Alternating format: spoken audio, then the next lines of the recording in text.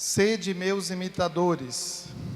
E assim que começa o texto da segunda leitura da carta aos Filipenses, na forma como São Paulo se dizia ou se direcionava àquela comunidade naquele tempo. A imitação é uma das primeiras formas de aprendizado que nós temos na vida. A criança, ela não nasce sabendo das coisas. Ela tem as cordas vocais, mas ela não fala. Ela tem pernas, ela tem musculatura, mas ainda não estão suficientemente desenvolvidos para que ela possa caminhar. Então, a partir do tempo do nascimento, a criança vai aprendendo a fazer as coisas por imitação. Ela escuta, então ela começa a repetir alguns sons que não tem sentido, que não tem uma coordenação, mas ela vai treinando a voz e a escuta, e ela vai aprendendo a falar. Caminhar é a mesma coisa. A criança começa a se movimentar, primeiro ela se arrasta, depois ela engatinha, depois ela começa a firmar os passinhos, depois ela dá os primeiros passos, ainda segurando em alguma coisa, e aí por fim ela se solta, ela se sente livre, e apesar de levar alguns tombos nas primeiras tentativas, ela começa a caminhar. Daí para frente é uma questão de treinamento, é uma questão de firmeza e adaptação. Mas tudo isso é um processo de imitação. Ao longo da vida, nós também continuamos a imitar as coisas, imitar as pessoas. Aquilo que nós vamos gostando, que nos é atrativo, nós começamos a refletir, mas começamos também a copiar isso. Nós estamos num tempo onde nas redes sociais se fala muito de imitação.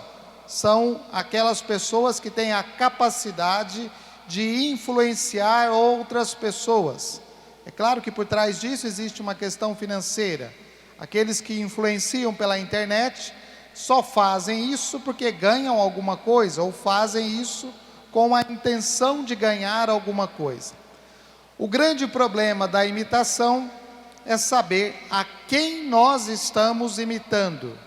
Qual é o tipo de pessoa que nós estamos seguindo?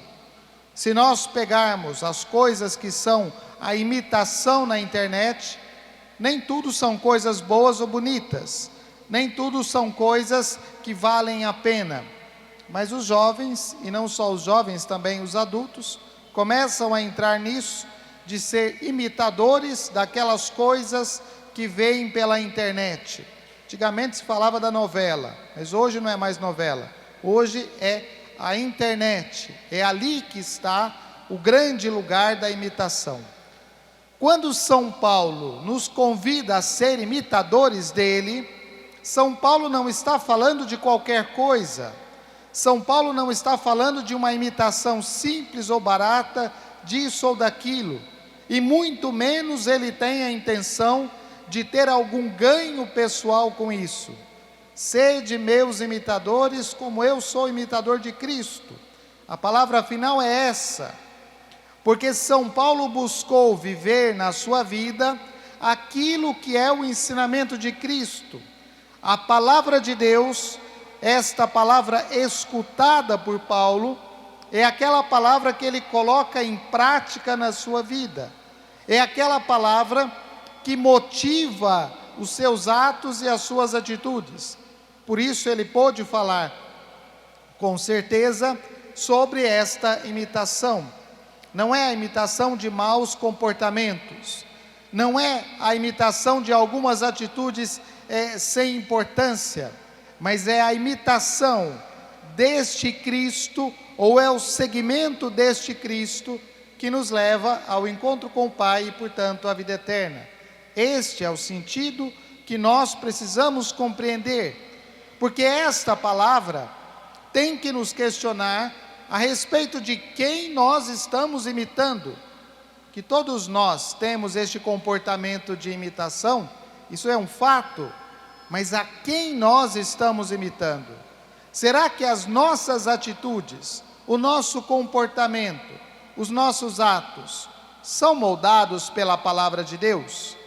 Será que aquilo que nós falamos, até as coisas que nós falamos, ou principalmente aquelas coisas que falamos e vivemos fora do contexto da comunidade ou da igreja, será que isso reflete a fé que nós celebramos na igreja?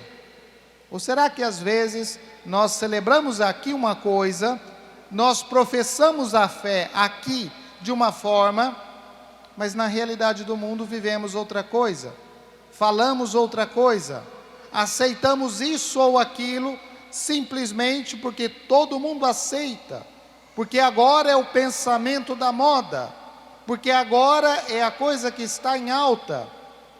Vejam o que aconteceu no final do ano.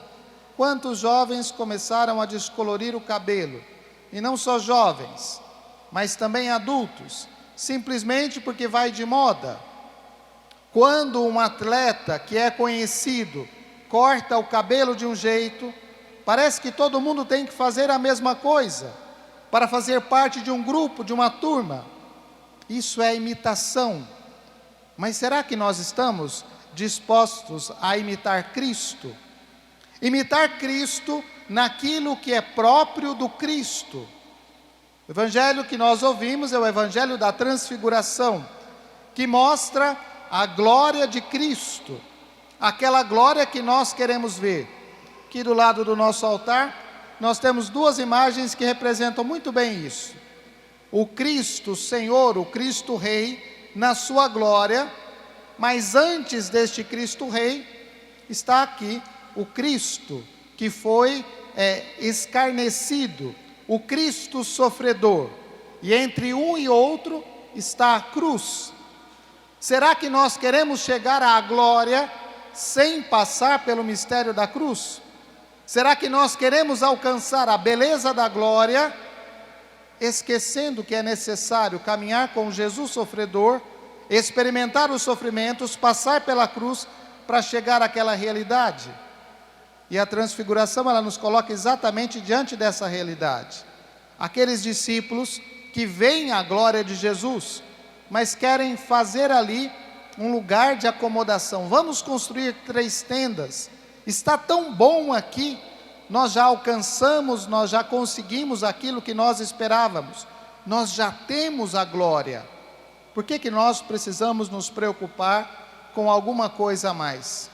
E Jesus vai dizer: é necessário descer o monte para praticar esta fé. A fé não se vive fechado dentro de 4 paredes, mas a fé se vive na prática e na realidade do mundo. É ali que nós somos chamados a dar um testemunho daquilo que nós acreditamos.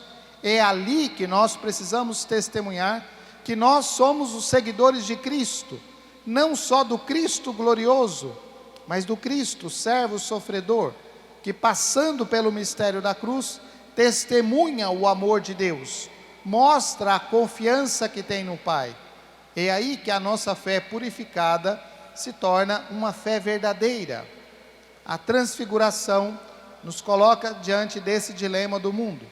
Será que nós queremos ser servos deste Cristo sofredor e acompanhar com Ele, segui-lo neste caminho para chegar à glória do Pai? Será que nós estamos testemunhando adequadamente, vivamente esta fé? Será que nós estamos tão comprometidos com as coisas da fé, como nós estamos comprometidos com as coisas do mundo? Que a palavra de Deus nos ajude, nos ilumine e nos fortaleça na nossa caminhada quaresmal. Louvado seja nosso Senhor Jesus Cristo.